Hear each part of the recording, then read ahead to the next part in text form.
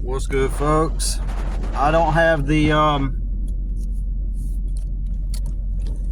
don't have that thing to hold the phone up. I must have knocked it off, and I'm not gonna try to look for it, as that's not my priority. And I'm going to head up to his customers to take care of small yard today. It'll take me like 3 hours. Ah, fuck! I just ran over my thing. It's not that bad. It's not important. Oh well. I'm just gonna roll over it. Fuck it.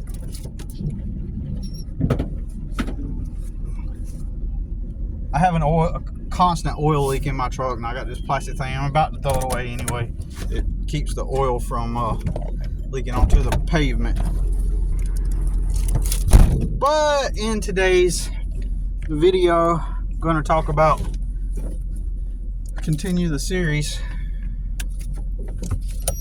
Did they work hard? Okay, so if you're new to watching this, there's this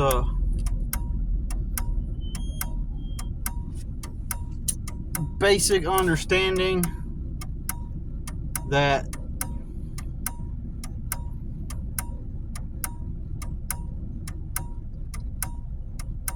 people worked hard to get to where they're at.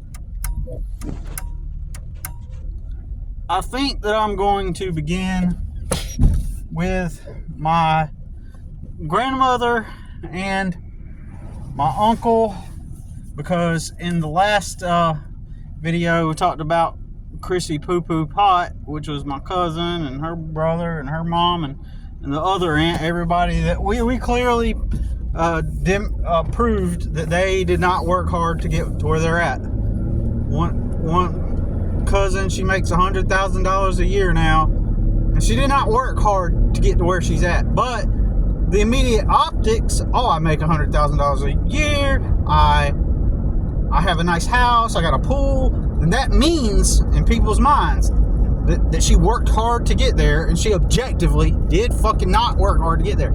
And you can always debunk everybody's story. Everybody makes the wild claim that they worked hard to get to where they're at. Every story, see, there is no universal script, no universal format that you follow. And if you just work hard and you save your money and you don't waste it on stuff, and you be smart about your money and you just work hard and you communicate and you do the job right, then you're gonna work hard and you're going to succeed. You're going to achieve this element of what society deems as success. And that success is, here's the success. Here's the quote-unquote American dream. You have a house, a spouse, and some kids. And you have this place that you go to where some authority figure tells you what to do and when to do it. And that's the American dream, right? And, which, in my opinion, is a fucking lie. It's a lie. People strive to aim towards that script. And everybody's unhappy and unfulfilled by following that script, right?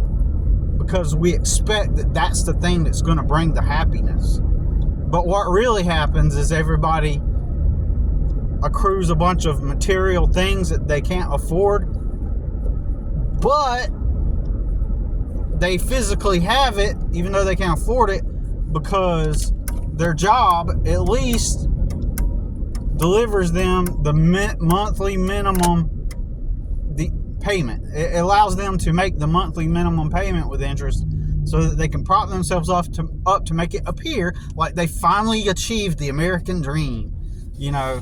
And it's all a lie. And want to note real quick, I did not say that family, anything is wrong with having a family. I did not say that. I did not say that there's anything wrong with having kids. All right? So, we'll get to that later. I did not say that. I said that here's the script for the American dream. You have a house, a spouse, some kids, and then you go to this place where some authority figure tells you what to do, perceived authority figure. And between you and me, the truth is it's just one of your peers, that stupid fuck off that sat next to you in second grade. He decided to start a business and you didn't. That's it. Period. So when you go apply for a job, you're just going to go apply to work for that dipshit that you sat with next to in class. When you apply for a job, you're just working for somebody that's your peer that decided to start a business. That's it. Prove me wrong. Prove me wrong. Mavis Tires and Brakes right here on the corner. Waffle House right there. Wells Fargo right here. Liquor store right there. Wendy's right there. Grocery store back there. Did some authorities come in and place those establishments there? Did some kind of authority come and say, okay, well, here's where we're going to put the Waffle House. The authorities over the Waffle House put the Waffle House there. And the authorities put the Bojangles here. And the authorities put the ice cream shop here. The authorities put the gas station there. The authorities put the Mexican restaurant there. So did some kind of authorities establish those places, and then we as citizens, we go pick which job we're going to get at one of those places? Is that the way reality works? No. Each and every one of those places, including the bank, are simply and merely and only businesses that your peers started. Somebody that was a peer of yours started that business, and they need you to come help them run it so that they can make millions, so that they can live a life on easy mode, the life that they want. Even the hospital is just some person's business, ultimately. Now, everything is an illusion. Now, a hospital might be required by government. See, nothing is real, right? Even the government is just made up by peers, by your peers. Even the government is just already running in our modern day society. It already runs, and it has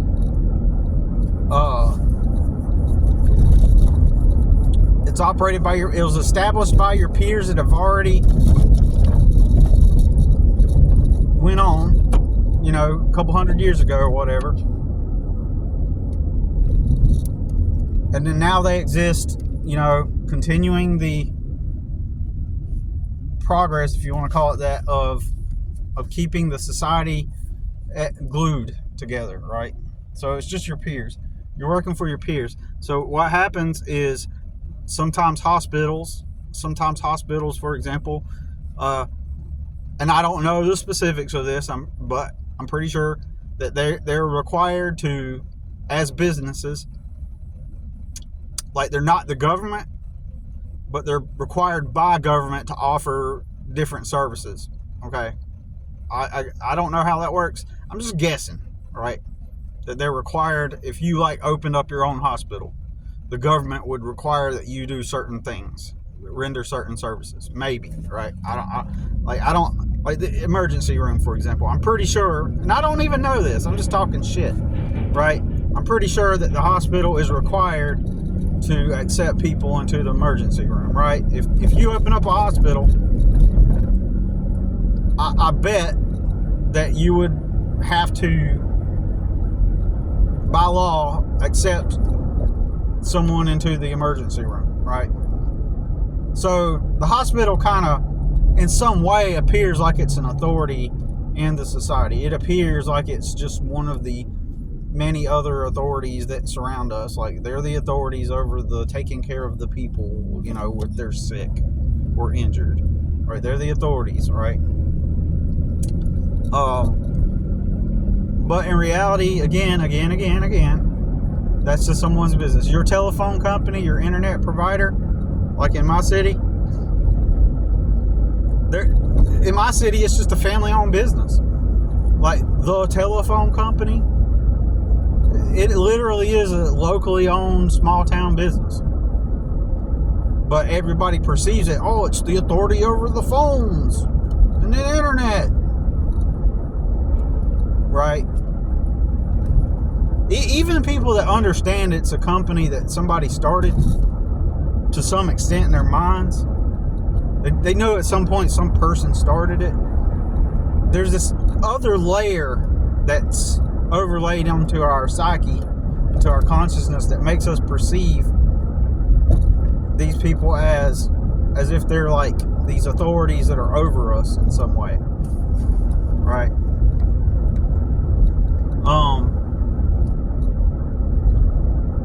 And then we go and apply for a position and cross our fingers and hope that one of the authorities gives us an interview. And if they do, we get accepted into that authority's operations that they're doing, and then that allows us to become a contributing member to society. And now we pursue our happiness.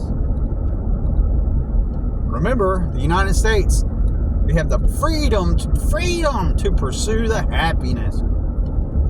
The freedom of the pursuit of happiness.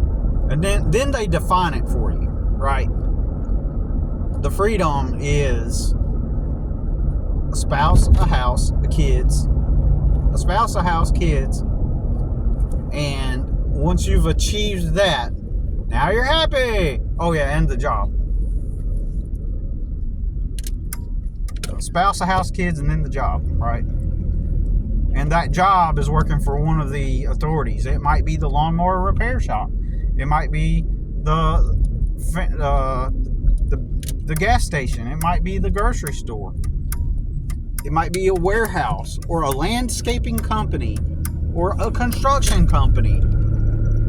Who are you going to work for? Man, I wonder what your job will be in 20 years. And then we'll have jobs, and then we'll retire. The whole script is a lie, okay? Wonder what job you will have. One of the authorities will give you the job.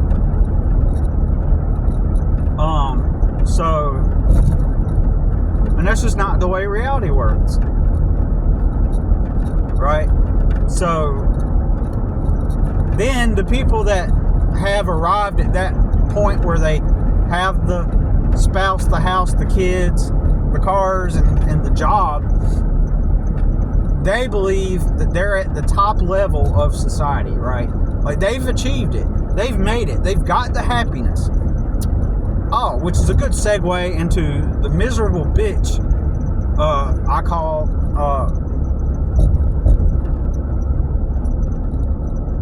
genetically my grandmother. Miserable old lady who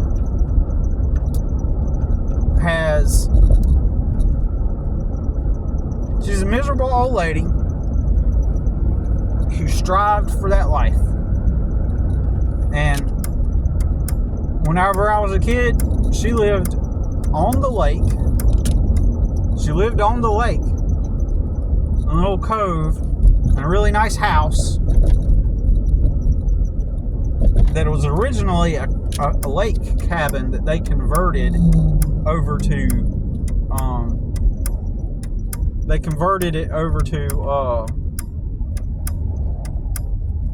to be a cabin, right?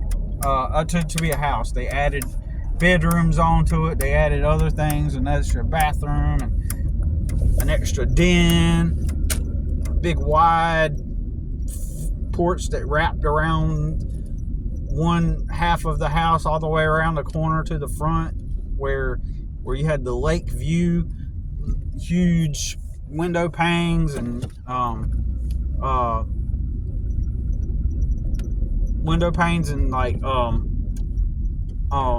what else? Just an amazing place to live on the lake. A boat. My grandmother, they had 5 cars. They've achieved the American dream. See, now, look, they achieved the dream. Now, happy. Now you're happy. Wouldn't want to complain about your situation because, if you've achieved that goal, then now you're happy. But you know what? She and my grandfather, they were some miserable fucks. They were some miserable fucks, right?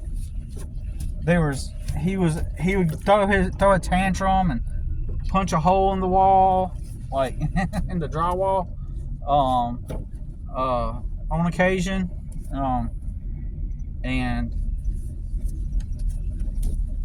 they would argue. And this was my grandmother's like third husband, which I was familiar with. That was my grandpa. I mean, it just was, you know what I mean? So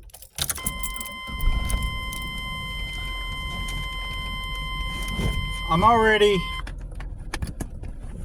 didn't want to have to stop at the store, but I had to. And as soon as I get in there, there's like a technical issue on the cash register. So it's like, took me like 10 minutes, something I could have done in less than, probably about 4 minutes, took 10 minutes. And so, surprised my phone is even still recording. It lets me record, but I thought I was going to forget where I left off. But yeah, I was talking about how my grandparents, they achieved more than the American dream. They got a lake house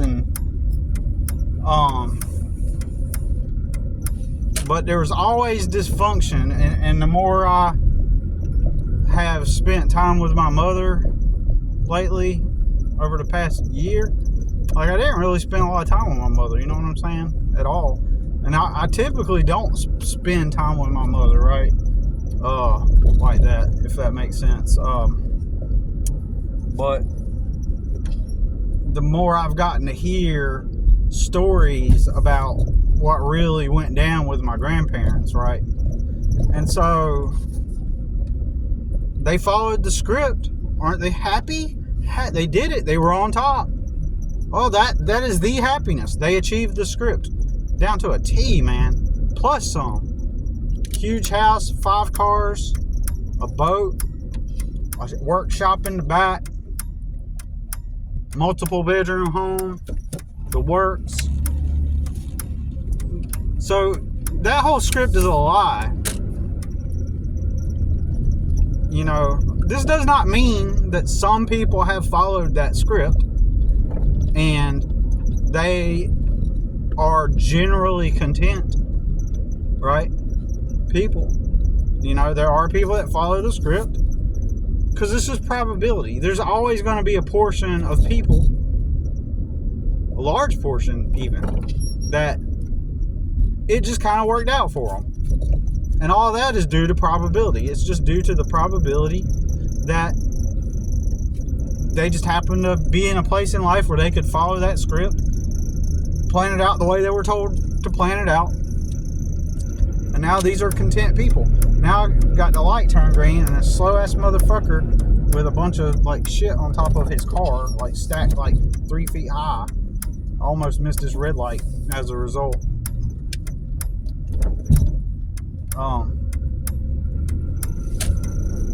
Anyways, yeah, so it works out for some people. And so what we do in the society, we point out those particular people that it worked for as the measure. Like, oh, look, because that it worked for them, then therefore it is a universal script that if everybody just follows it, then it works. But the point of the video is did they work hard to get there? So that's the point of the video, right?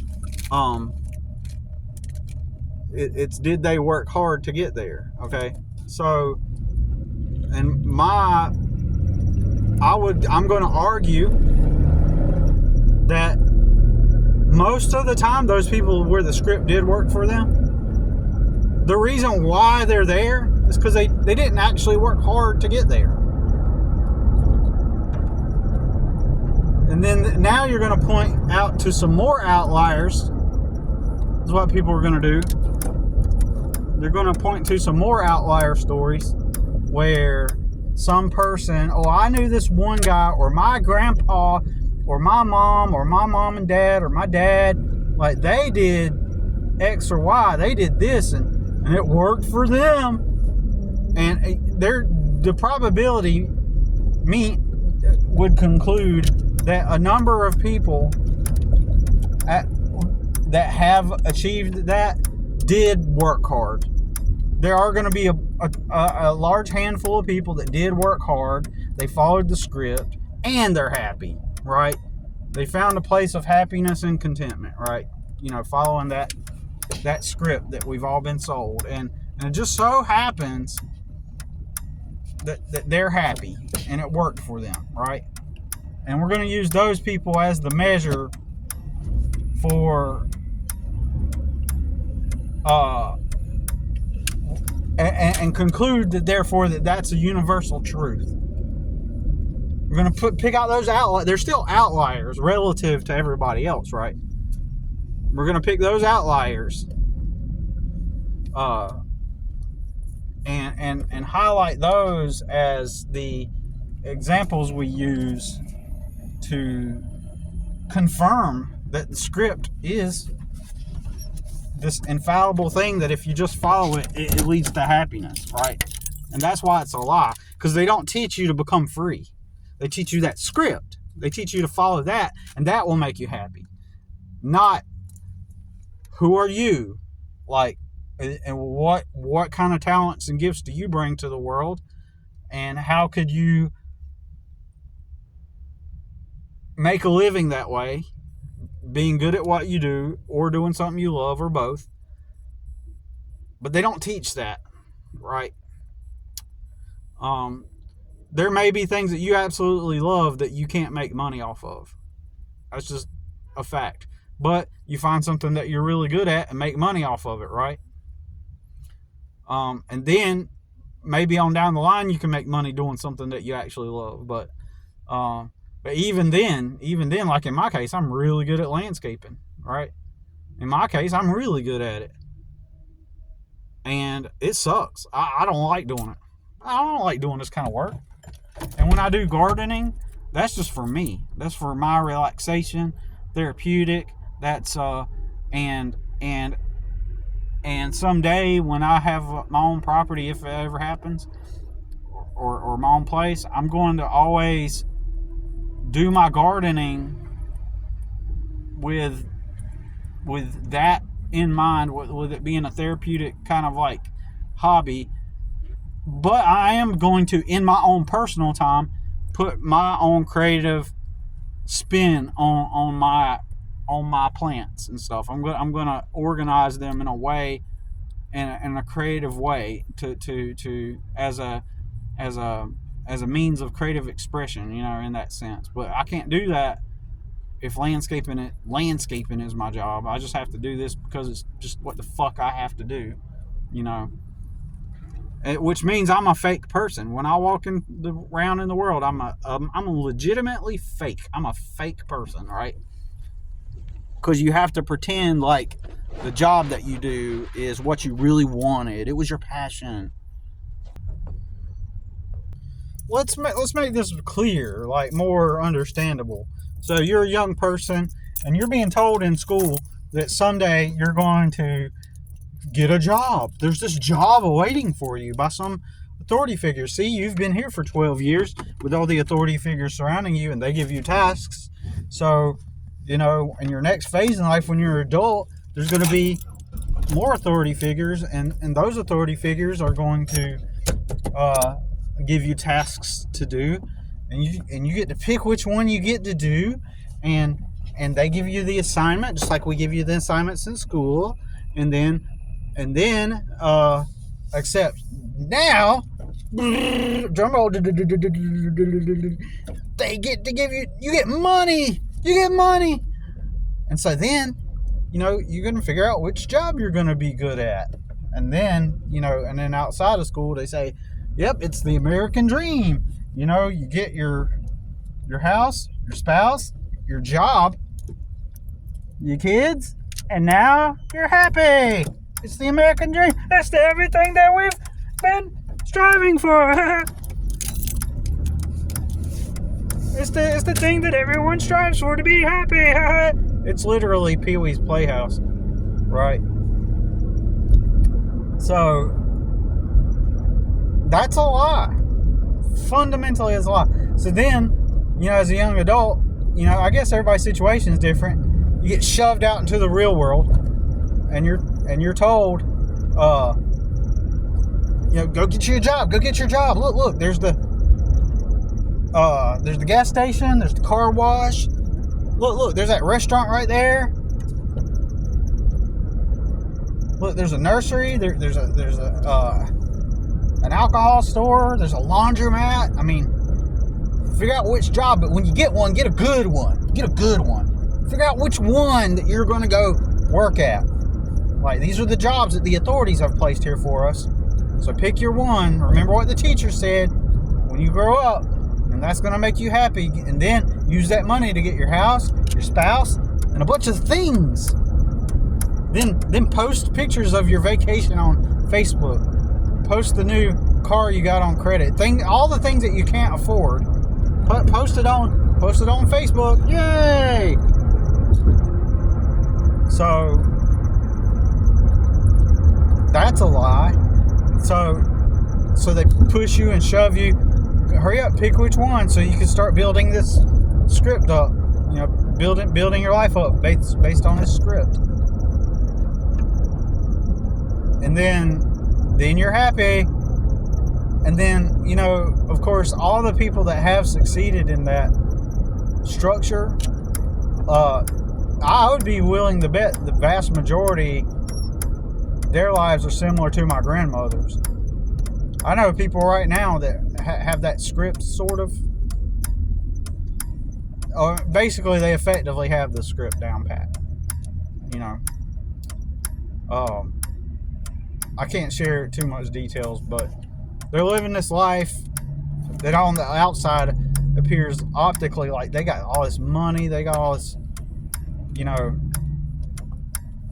means to get ahead. They can have nice things, and you always see it. They're driving the best cars.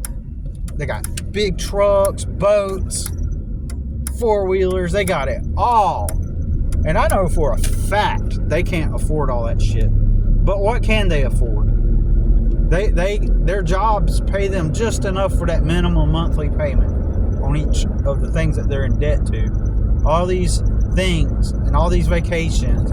Like, I know for a fact that their wages don't cover that lifestyle, right? And for one, and I also know that this one spouse has, in my opinion, 99% has cheated on the other spouse. And it's kind of like the silent thing that they have to keep secret from the whole world, because they got to prop up themselves and maintain that image. It would destroy their social image, right? It would destroy it. So they have to sit there and preserve that image. That their whole life is dedicated to maintaining that image. Why? Because that's the happy, and everybody measures themselves based on whether or not they have that. And if you don't, then you're inferior. But we got it. See? We achieved the American dream. We're the top. We're happy. Right? So, anyways. So, I would be willing to bet the vast majority of people that they're miserable. And I can back this up through things that you could just blatantly, openly observe. The fact that so many medicines exist for people to help regulate their mood, right? I mean, it is off the charts. Plus, when you get a fundamental understanding of human biology and neurology and the fundamental makeup of what causes people to feel certain ways,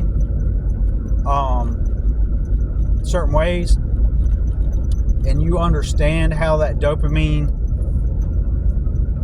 how that serotonin, how endorphins and the other hormones work in our moods, and how it affects our moods and how it shifts our moods. When you understand the fundamental components that make up anxiety, depression, and when you understand the basic mechanics biologically and neurologically on how the quick fix stuff like the shopping, the getting the new things, on credit, the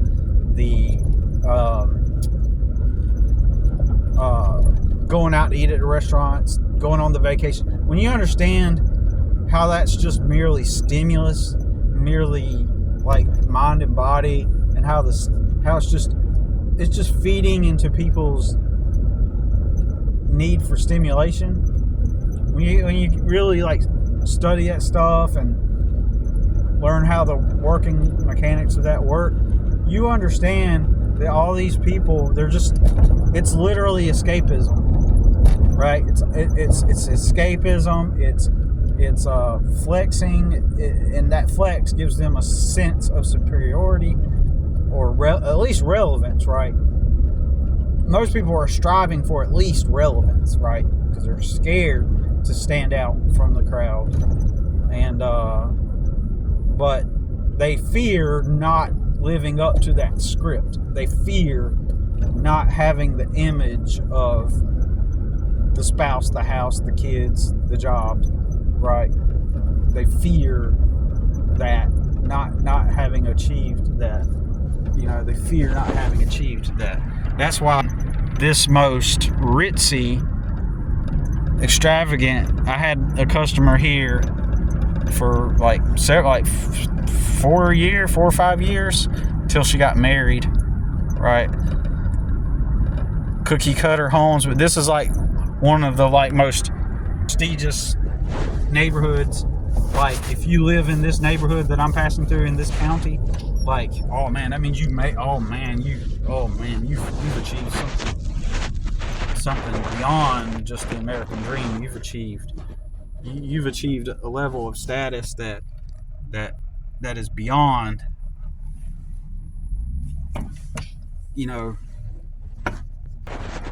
achieved something beyond just the American dream. You are first class. And there's even a lady, one of my friends told me a long time ago, this lady, she lives, the interstate goes up this way, up and down to my right, south and north, and on the other side of the bridge,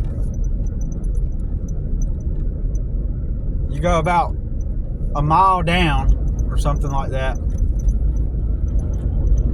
or something like that, and that is not this community. Those are older houses and stuff down there. And he said a woman told him that she lived in this area. It's called Baxter, right? And it's like really fancy and stuff. When you really go inside the neighborhoods, like it's super fancy, right? And the lady like a mile down the street that doesn't even live in this neighborhood was trying to tell my buddy that that's where she lives. She lives in Baxter. It's like a flex, even though she literally did not live in Baxter, but she just wants to be associated with it so bad that she's got to try to tell him that is where she lives. It's insane, man. The people that the people, man, like the deep need to be not just relevant but beyond. Like it's a competition, and that's the modern American dream, the way they've set it up, you know what I mean? And so and that's what people are striving for, right? But so I'm gonna touch on my grandma some more. So like, did she work hard to get that where she's at? She claims that she did it all on her own, where she claimed like the same year that she died, she was telling me that she didn't need a man, and she did all that all on her own. And you know, she worked at a warehouse most of her life, right? She tried to be fancy. Oh man, her house is always fancy. Her attire was always her trying to be fancy. And you know, and so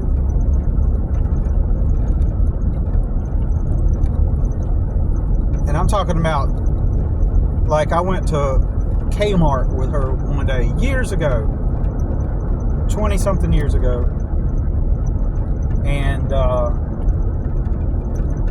she didn't have makeup on that day, and she wouldn't even go into the front entrance of Kmart. She said, I have to go, I don't got any makeup on, I need to go to the garden area. And I believe it was around Christmas also. And I just remember her talking about, like, because she didn't want to be seen without her makeup. It's like, what the fuck, bitch? Like, are you for real? Are you dead serious?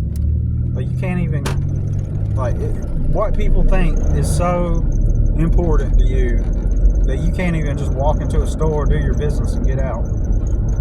You know? So, that was odd. And, but yeah, she claims that she had all that stuff all on her own, and her husband, who had most of those cars and stuff, like, he was a building inspector for the county, and, for Mecklenburg County, which is, Charlotte, North Carolina area. Like, he was a county inspector, and, really, really great job. I mean, think about it. You get to bring the vehicle home, and your shift starts from 7 to 3, right? I mean, all I seen was Grandpa had a bunch of freedom. He just got to do whatever he wanted, basically. So he'd get home like 3 or 4 o'clock every day. He'd roll out in the truck in the morning, be home at 3 or 4 every day, but like, going around inspecting buildings. I mean, I don't know what he did. He was a supervisor at some construction job, so I guess he worked. But his brother is rich, like literally a millionaire in the 90s. So that says a lot. He come from a very privileged background. So whatever got him to that point was a lot of privilege. Like, he had a nice, comfy beginning, and my grandmother claims, now she claims that the walls were so thin that she and her sister had to there was a bunch of kids in that family, but she makes it sound like there was only like 2 of them. But she said her and her sister were the walls were so thin that you could look. Oh yeah, she said you could look through she made it sound like she lived in a fucking barn, because she said that she could look out through the wood that made up the walls of the house. You could look out the cracks and see outside, and that was the house she lived in. And I shit you not, she literally told me what I'm about to tell you, that she had to walk in snow to school 4 miles. She literally said this. You know how that old tale that's exaggerated about how, oh, I used to walk 4 miles in the snow. Like, she literally said that. I know that's a fucking lie. Oh my fucking God. Somewhere along the way, my grandmother got lucky. And if I'm not mistaken, her dad worked at a cotton mill all of his life. And the house that they lived in was like an old mill house. So I don't know if where they lived at before that mill house, but I'm thinking that the story is highly exaggerated, and my grandmother, you know, I'm not saying that they weren't like low class. In fact, I would say they were low class, like her and her family growing up, because, you know, they were low class because she strived to be such a fancy pants, such a fancy person, and working for these companies, and she was always like working at these fucking stupid companies. But even then, I'd be willing to bet that my grandmother had a way better upbringing, life circumstance, because like her mom and great grandpa, they didn't do drugs. He wasn't an alcoholic or nothing. All he did was work. And great grandma, she was a man. She like my great grandparents. They were like an archetype. Like when you imagine like an old grandpa and a sweet little grandma, and like I've never heard a bad thing about any of those two. Right? Like they were always. I feel like that's why another reason why I don't believe this reality is real, man, because like check it out, those two, they were like the spitting. They grew up in an era where everything was supposed to be like all wholesome and stuff, and find your spouse and stuff, and they were like the archetype of the grandparents, the sweethearts that never dated anybody else, and all that stuff. And I don't know what, I don't know the story, but I mean, they never talked shit. They never were judgmental. They were never, nothing, right? They weren't. They were always like kind to people and just always like just content, right? And they lived in this house, this mill house, that made you think of like what a couple old grandparents would live in. It had a wood stove for heat. It didn't even have like central heat or nothing. Their heat was a wood stove, and it was like, man, I swear, when you go over there, when you see the house from the outside, when you go inside, the garden in the back, the little shed in the back, like the little pathways throughout the yard and stuff, like you would think that you were on some kind of movie set. I'm telling you. And that makes me think that movies are mimics of the real world, because back in that time, in the 80s and the early 90s, up to the mid 90s, to be to experience that is like, it's like I was closer to the real world then, right? But anyways, did my grandparents really work hard to get to where they got? I don't think so.